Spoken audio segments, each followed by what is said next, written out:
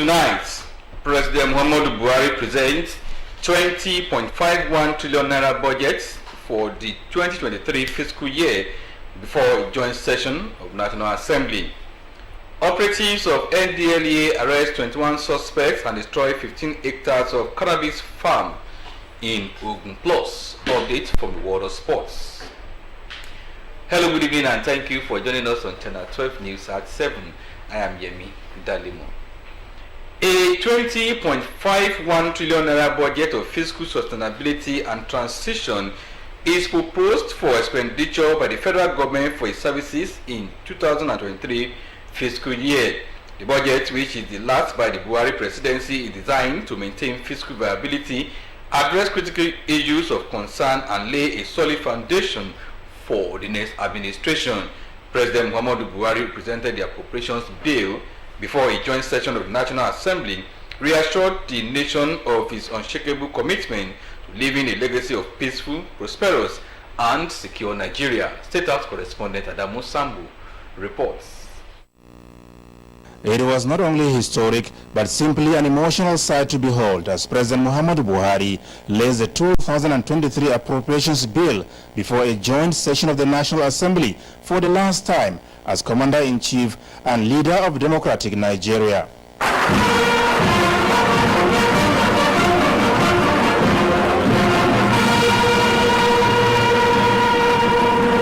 The 2023 budget, amongst others, reflects the serious challenges facing Nigeria, key reforms necessary towards addressing them, and the imperatives to achieving higher, more inclusive, diversified, and sustained growth.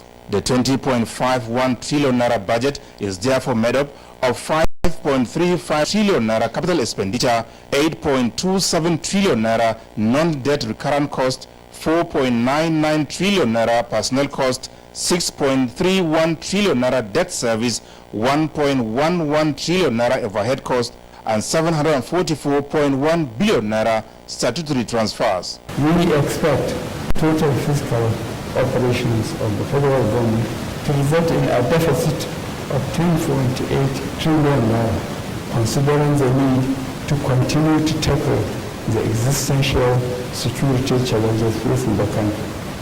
We plan to finance the deficit mainly by new revenues totaling 8.80 trillion naira, 206.18 billion naira from privatization proceeds, and 1.77 trillion naira drawdowns on bilateral, multilateral loans secured for specific development projects and programs.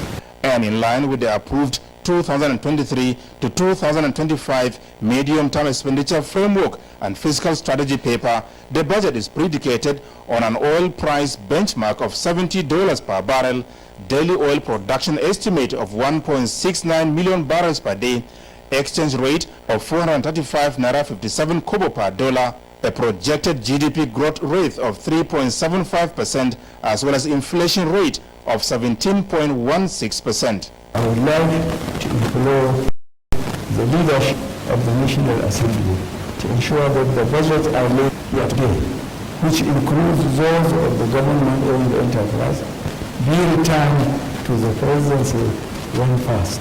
President Buhari also promised sustained efforts at boosting food production and distribution towards bringing down the high food prices, positioning the manufacturing sector to generate more foreign exchange, as well as securing lives, property, and investments across Nigeria. In Abuja, Adamu Sambu, NTA News. Meanwhile, leader of the House of Representatives, Al-Hassan Ado-Doguwa, has given his initial reaction to the President Muhammadu Buhari's 2023 budget to a joint session of the National Assembly. Speaking shortly after the President's address, the House leader noted the importance of continuity and the successful completion of President Buhari's legacy projects.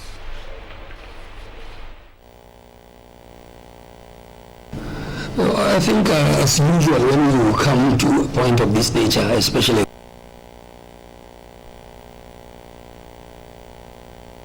when Mr. President was laying like a final appropriation bill, like you rightly mentioned, for us is to look at the areas where emphasis is laid on consolidation and sustenance of our legacy projects. Legacy projects are always very important. Those projects are Mr. President's signature projects. They are our projects. They are our signature projects. So we will not play with those areas, especially in the area of infrastructural development, creation of job opportunities for the youth, and also trying to address some of those issues that have to do with internal and foreign borrowing debts. Debt is always of importance to especially a government that is transiting. Mr. President has also laid very serious emphasis in the area of settling those debts. I think we also as a legislature that we partner with the executive arm of government, definitely that has also formed the crust of our expected consideration. One important thing that you have to take away, as usual, that we will give the budget a speedy consideration. Speedy not only in the light of our understanding with the executive arm of government, our very friendly and amicable relationship with the government, that's very important, but of course in the light of the very pressing and critical yearnings and aspirations of our people in terms of infrastructure and also creating the enabling environment for private stakeholders in our economy.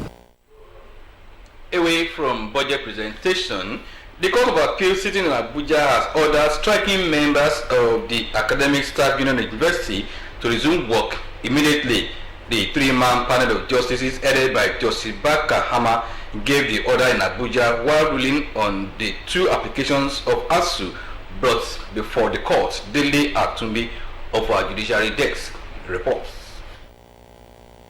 In this matter, the Academic Staff Union of Universities is the appellant, while the federal government and one other are the respondents. ASU, through its counsel, Femi Falana SAN, has approached the Court of Appeal with two applications. The first was the stay of execution of the ruling of the National Industrial Court of Nigeria, which ordered ASU members to resume academic work pending the determination of the substantive suit brought against it by the federal government. The second application of ASU is the leave of court to appeal the interlocutory ruling of the National Industrial Court in Abuja, which ordered the immediate resumption of work by ASU members in line with Section 243 of the Constitution of the Federal Republic of Nigeria 1999 as amended. On its part, the federal government and one other, through its counsel James Igwe SAN, opposed the two applications, pointing the attention of the appellate court to the fact that the supposed appellant, which is ASU, is in disobedience of the subsisting court order.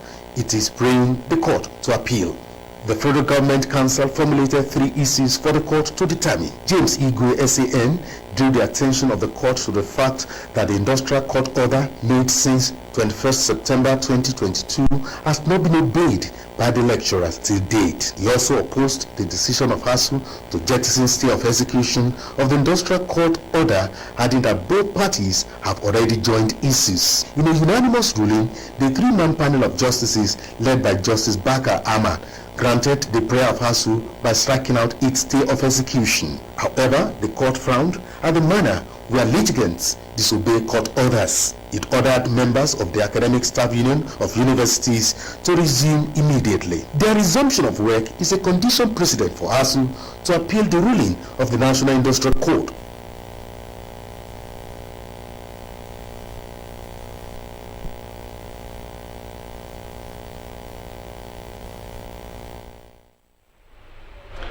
In the meantime, there are strong indications that the industrial impasse between the federal government and the Academic Staff Union Universities will be resolved soon.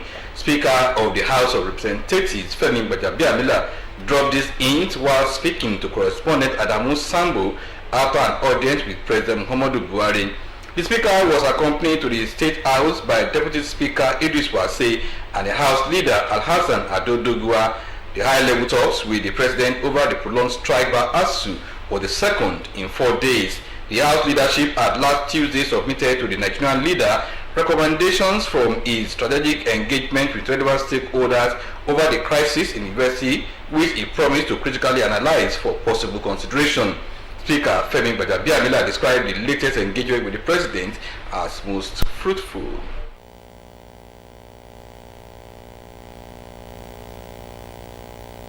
once again, very, very fruitful, good discussions with Mr. President on the pending issue.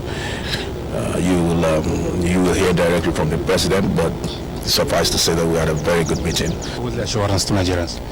The assurance is that we've met with the President, we've discussed. It was a positive meeting, and the leader here is telling me very positive. I think Nigerians will hear directly from Mr. President himself. We'll look forward to it. We had a good meeting. The federal government has declared Monday, October 10, 2022 as public holiday to mark this year's Eid al-Maulud celebration in commemoration of the birth of the Holy Prophet Muhammad, peace be unto him. In a statement, Minister of Interior Rauf Aregbesola, on behalf of the federal government, congratulates all Muslims both at home and in diaspora for witnessing this year's occasion. He admonishes all Nigerians to imbibe the spirit of love, patience and tolerance and perseverance, which are deep spiritual virtues and which the Holy Prophet Muhammad, peace be unto him, exemplified, adding that doing so will guarantee peace, security and harmony in the country. While advising Nigerians to shun all divisive tendencies across the country, the minister urges the youth to embrace virtues of hard work and peaceful disposition to fellow humans, irrespective of faith, ideology, social class and ethnicity. Operatives of the National Drug Law Enforcement Agency (NDLEA) Ogun State Command have arrested 21 suspects and destroyed 15 hectares of cannabis farm worth millions of naira at Imoba Area J3 in Jebu East local government area of Ogun State. The farm was discovered through intelligence gathering and surveillance by the command. Operatives of the National Drug Law Enforcement Agency (NDLEA) uncovered the cannabis farm in Imoba, located within the Ogun State Government Forest Reserve, Area J3, Ijebu East Local Government, Ogun State. The Zonal Commander of the agency in charge of Lagos and Ogun State, Assistant Commander General of Narcotics, Dr. Olusegun Kolawoleoke, who led the operation, says the agency will continue to wage war against narcotics and other illicit drugs, including combing villages across the country to apprehend those involved in the cultivation of cannabis. They will always lose. So if they continue, we're after them, and it's a lot of loss. So long as NDLEA is following them, they continue to lose their economy. State Commander NDLEA Nta Abeokuta explained that the agency, which had been on the trail of the suspects since they embarked on bush clearing for the cultivation of cannabis, subsequently stormed the area and arrested the alleged growers of the outlawed plants. We waited till this time for them to know that what they are doing is not right, and to cause them, to deter them from continuing these criminal activities. The state government has actually frowned at any illegality or any form of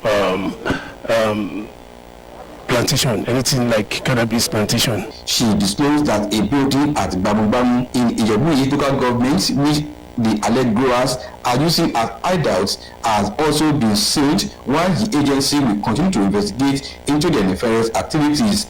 She however advised community leaders in the state to prevail on their people to stop planting the weed and report anyone involved in the act to the agency. In another development, the Ogun State Police Command has organized stakeholders meeting ahead of the 2023 general elections for politicians, candidates and other key players to adhere to the rules of engagement and other laws that govern the electoral process. Lekun Agmonde reports that the heads of security agencies, INEC officials, media executives, among others, attended the meeting held in Abeokuta, the state capital. Addressing the gathering, the convener of the meeting and the State Commissioner of Police, Lanre Bankole, says the need for all the key players in the 2023 general elections to go by the rules and organize themselves in a rancor-free manner is crucial to the success of the poll. He explained that the security agencies in the state are ready to discharge their constitutional role by providing a level playing ground for all political parties in accordance with the electoral laws. The public should partner with the law enforcement agencies in ensuring that one, presidential campaigns are devoid of rancor. They are devoid of violence. And they will make sure that they are conducted in line with the laws of the land, particularly the Electoral Act. Media executives, INEC officials, and other stakeholders agreed that the objectives of the meeting will go a long way to sensitize members of the public on their duties during the electioneering process, and also to ensure that politicians and candidates carry out their campaigns with decency and avoid violence. There is need for the political parties as well to put up a platform for engagement. Let us all continue to engage ourselves, one another, until we get to the election period. And let us be telling the stakeholders, be telling each agency of government that the right thing must be done. At NTA, we have level playing field for all political parties. And that's why I had to let them know that this campaign has to be issue-based. We must put a stop to vote buying. That is when we can have a relaxed system in this country. The meeting also canvassed issue-based campaigns for the electorate to make good decisions and called on the media to avoid sensationalism, but rather be objective in their reportage. In Abeokuta, NTA News. Now to party politics. The Presidential Campaign Organization of the People's Democratic Party, PDP, has approved the appointment of directors and deputy directors for the National Campaign Management Committee. A statement from the Director General of the Campaign Council and Governor of Sokoto State, Aminu Waziri Tambuwa, shows some of those on the list of the 17 appointees, to include former Deputy Speaker of the House of Representatives, Mr. Austin Opara, as Director of Training, Dele Momodu, Director of Strategic Communications, Abdullahi Maibasira, Director of Finance, Professor Yowise Aga, Director of Election Management, Dr. Sam Amadi, Director of Research and former Minister of Aviation, Osita Chidoka, Director of Voter Intelligence and Strategy. Director General of the Committee, Governor Aminu Tambuwa, urges them to show commitment and justify the confidence reposed in them by the leadership of the party. The National Strategic Committee of the PDP New Generation has similarly unveiled a National Youth Campaign Council to deliver all PDP's candidates in 2023 general elections.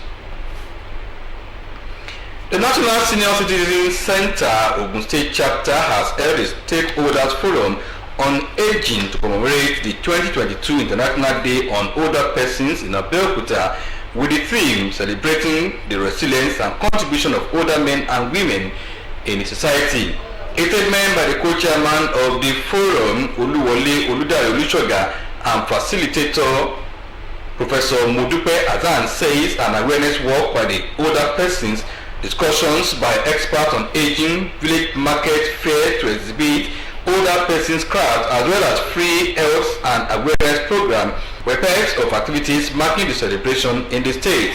The one-month program, which commenced on Wednesday, October 5 to October 31st, 2022, is to showcase to the world that Ogun State is the best state in Nigeria where there is quality of life for older persons. The Stakeholders Forum on Aging comprises of members from the academia, professional bodies, private bodies, faith-based organizations, non-governmental organizations, experts in aging, and senior citizens in Ogun State. And on that note, I will wrap up the news for this hour. We thank you for watching. Good night.